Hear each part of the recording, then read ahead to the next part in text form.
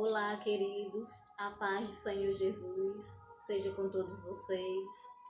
Sou grata a Deus por mais um dia em que vamos continuar o nosso devocional Atos dos Apóstolos em 31 dias, que tem sido um canal de bênção para nossas vidas. E nós já chegamos ao 22º dia. Como está sendo maravilhoso! E hoje nós temos uma reflexão que nos traz um grande ensinamento para a nossa vida espiritual. Eu acredito que esses dias de devocional em Atos dos Apóstolos têm sido dias em que, por meio deste devocional escrito pelo nosso pastor Carlos Gomes, Deus está nos preparando sua igreja, aqueles que têm assistido esse vídeo, para que quando toda essa pandemia passar, nós tenhamos algo depositado em nossos corações, que você possa estar aprendendo através desse devocional, que o Espírito Santo de Deus esteja falando ao teu coração. E hoje, o versículo-chave encontra-se no capítulo 13 de Atos, versículo 18, que diz assim: E suportou os seus costumes no deserto por espaço de quase 40 anos. O apóstolo Paulo, pregando a sinagoga de Antioquia da Pisídia em sua primeira viagem missionária, historia a trajetória dos filhos de Israel. Os dirigentes da sinagoga pediram a Paulo e a Barnabé uma palavra de consolação da parte de Deus, como muitas igrejas pedem hoje também, talvez esperando o cumprimento da profecia de Isaías 41. Consolai, consolai o meu povo, diz o vosso Deus. A questão é de como se comporta a onda do momento no meio cristão evangélico. Palavra profética de bênçãos e prosperidade, etc. O velho Simeão no templo viu o cumprimento desta palavra de consolo quando tomou em seus braços o menino Jesus. Porém, Paulo inicia sua mensagem falando sobre os costumes do povo que enfadaram ao Deus de Israel, mas que costumes teriam sido estes? Quando você começa a ler o capítulo 13 de Atos dos Apóstolos, a partir do versículo 18 você vai ver que este versículo faz parte do discurso do apóstolo Paulo na sinagoga em Antioquia da Pisídia. Ali os dirigentes daquela sinagoga havia pedido, nos dê uma palavra de consolação. E Paulo começa a falar sobre a história do povo de Deus, sobre os cuidados de Deus com aquele povo na trajetória, como Deus arrancou eles do Egito, das mãos de Faraó, com mão poderosa, os cuidados de Deus.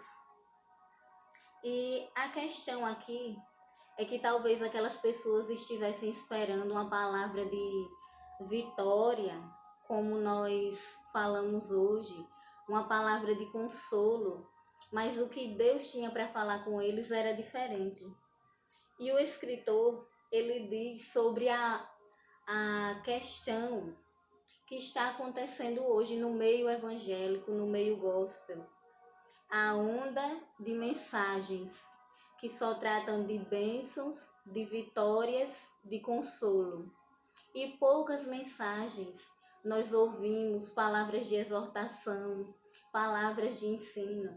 Muitos até têm desprezado o ensino no meio da igreja. Mas o Espírito Santo de Deus, ele direciona a igreja. Ele usa pessoas com palavras, não aquelas palavras que nós queremos ouvir, mas a palavra que nós estamos precisando ouvir no momento. Essa foi a palavra que Deus colocou no coração do apóstolo Paulo, para aquelas pessoas ali naquela sinagoga em Antioquia da Pisídia. Paulo disse que Deus suportou o costume daquele povo por quase 40 anos no deserto. Que eu e você venha ter cuidado com as mensagens de autoajuda que nós ouvimos tanto por meio das redes sociais, na internet. Nós ouvimos mensagens hoje em dia que quase não se fala em Jesus Cristo, mensagens que falam sobre prosperidade, sobre comportamento, pessoas, sobre bênçãos, promessas, mas raramente nós ouvimos mensagens de exortação, de ensino, que são essas mensagens que nos preparam para trilhar o caminho da salvação. E muitas pessoas têm se tornado indiferentes com a verdadeira mensagem que vem da parte de Deus, uma mensagem cristocêntrica, uma mensagem que tenha Jesus Cristo como base. Aleluia! Que hoje você venha abrir os seus olhos espirituais para essas coisas. Que hoje você venha estar atento sobre mensagens que estão vindo aos seus ouvidos com aparência de mensagens da parte de Deus, mensagens evangélicas, mas que na realidade não trata no nome de Jesus Cristo, não tem Jesus Cristo como base da pregação. Que você esteja de coração aberto para receber, não aquilo que você quer. Que eu não desejo ouvir só o que eu quero, mas que o Espírito Santo de Deus venha falar conosco aquilo que nós necessitamos para um crescimento espiritual. E Deus tem se utilizado deste devocional, que é riquíssimo em ensinamento para nossas vidas. Se você você assistir cada um desses vídeos, você vai perceber que o nosso pastor Carlos sempre teve essa preocupação de nos ensinar, de nos exortar. São palavras exortativas, palavras de ensinamento que têm me feito crescer espiritualmente e eu acredito que está lhe fazendo crescer também. Poderíamos enumerar em primeiro lugar a maledicência.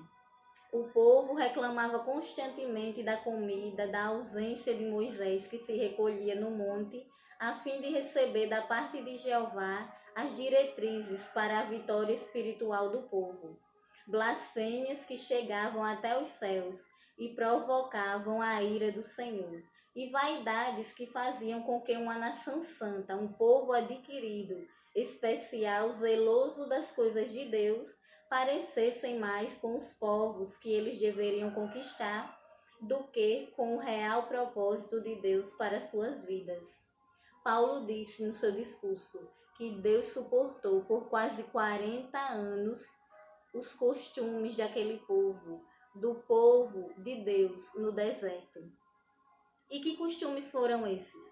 O escritor diz que nós poderíamos enumerar em primeiro lugar a maledicência. Quando você lê a história do povo de Israel, você vai ver quantas vezes eles sentiram saudades da comida do Egito, reclamavam por falta de água, eles sempre estavam murmurando, reclamando, e Deus desde o início cuidando deles, coluna de nuvem de dia, coluna de fogo à noite, cuidando do seu povo, mas sempre havia no meio deles esse costume de maledicência, de reclamações. Que o Espírito Santo de Deus possa trabalhar dentro de nós e que Deus não venha encontrar dentro de mim, dentro de você, a ingratidão por meio da murmuração, da maledicência. Que nós venhamos aceitar os dias bons com alegria e corações gratos, mas que nos dias de luta, de provações, talvez de enfermidade, de dor, a nossa boca também glorifique e exalte ao nosso Deus. Que esse costume não venha ser achado em mim e não venha ser achado em você, a maledicência, a murmuração, porque isso não agrada a Deus. Que nós venhamos ser gratos todos os dias ao Senhor pela obra e os feitos de Deus nas nossas vidas. A segunda classe de costumes que mais afetava a santidade de Deus e a integridade de seu líder Moisés era sem dúvida a rebeldia. Os filhos de Israel foram constituídos no eterno projeto de Deus, na base das suas promessas a Abraão, com o intuito de ser uma nação teocrática. Mas o fio da história continha vários episódios de rebelião. Coré foi uma das maiores referências de rebelião coletiva, por ser levita responsável pelos sacrifícios e oferendas, levando o incensário que representava a oração intercessória para com o povo. Levou 250 homens igualmente levitas a se revoltarem contra Moisés e Arão, sendo tragados vivos pelo chão em que pisavam. A condenação é maior para quem tem maior conhecimento. Depois os profetas, dentre eles Jeremias, Ezequiel e Malaquias, confrontavam o povo com suas mensagens de exortação. O segundo costume que o escritor destaca aqui, que afetava a santidade de Deus e a integridade de Moisés, era a rebeldia. Observe que você vai ver na história do povo de Deus, quando Coré junta um grupo, forma ali uma rebelião contra Moisés. Um homem que era de grande influência ali, que tinha uma grande responsabilidade, ele motiva 250 homens a se rebelar contra o seu líder, Moisés. Mas a punição para aquela rebelião de Coré foi severa. A terra em que eles pisavam se abriu e tragou os rebeldes. Há um preço caro a ser pago para aqueles que agem com rebeldia. Que o maligno não venha achar nos nossos corações brecha para depositar esse sentimento, essa atitude de rebeldia, meus irmãos. A rebeldia muitas vezes destrói comunidades cristãs, causa divisões no meio da igreja. A rebelião, ela traz angústia, sofrimento ao coração dos líderes espirituais. E aquele que frutifica no Espírito Santo, aquele que vive na direção de Deus, aquele que verdadeiramente nasceu de novo, ele não dá lugar à rebelião, à rebeldia, a formar grupos para se levantar contra os seus líderes espirituais, contra aqueles que estão exercendo uma liderança. Que o nosso coração venha ser primeiramente obediente ao Senhor Jesus Cristo, porque quando somos obedientes a Jesus, a nossa obediência também é vista e colocada em prática aqueles que exercem liderança sobre nós. A idolatria e a prostituição são irmãs, andam juntas. Não terás outros deuses, era a voz de um Deus zeloso de seu povo. Não somos muito diferentes, apenas trocamos de ídolos. Tal qual a geração dos israelitas no deserto, muitos de nós temos de conviver com jogadores de futebol, cantores gospel ou não, artistas de televisão e cinema, etc. Somos uma geração idólatra. A idolatria e a prostituição são irmãs, diz o escritor. Isso também acontecia no meio do povo de Deus. E são costumes que Deus teve que suportar por quase 40 anos. E muitas vezes nós pensamos que a idolatria só é praticada por aqueles que adoram alguma imagem de escultura. E até falamos sobre isso, quando também a idolatria pode estar dentro dos nossos corações, pode estar no nosso meio. Por um jogador de futebol, um cantor famoso, seja ele evangélico ou não, por objetos, desde que isso venha tomar o lugar de Deus no nosso coração, na nossa mente, na nossa dedicação, passa a ser uma idolatria. E nesse tempo em que estamos vivendo, nós temos que vigiar sobre este assunto, ter muito cuidado. Não há nada demais em admirar uma pessoa usada por Deus, querer seguir o exemplo de um adorador de Deus, de um cantor. Não há nada demais em admirar um pregador, mas desde o momento em que você passa a idolatrá-lo, a tê-lo como seu ídolo, isso já não agrada a Deus. Deus não se agrada da idolatria, que para Deus é prostituição espiritual. E esse era um costume antigo do povo de Israel, a idolatria e a prostituição espiritual. Que nós não venhamos ser uma geração idólatra, mas que quando eu e você perceber que algo está tomando o lugar de Deus no nosso coração, nós venhamos afastar de nós, porque dentro de nós, na nossa alma por inteiro, quem tem que ter a primazia, a prioridade é o Senhor Jesus Cristo. A glória somente a Ele. Deus suportou aquela geração com base em pelo menos 3 coisas: a intercessão de Moisés, sua promessa dada a Abraão, sua longanimidade e vontade soberana de fazer sair do meio deste povo Jesus, o Salvador do mundo. Toquemos a buzina no monte da santidade de Deus e chamemos o povo ao arrependimento, para que venham da parte do Senhor tempos de refrigério para essa geração.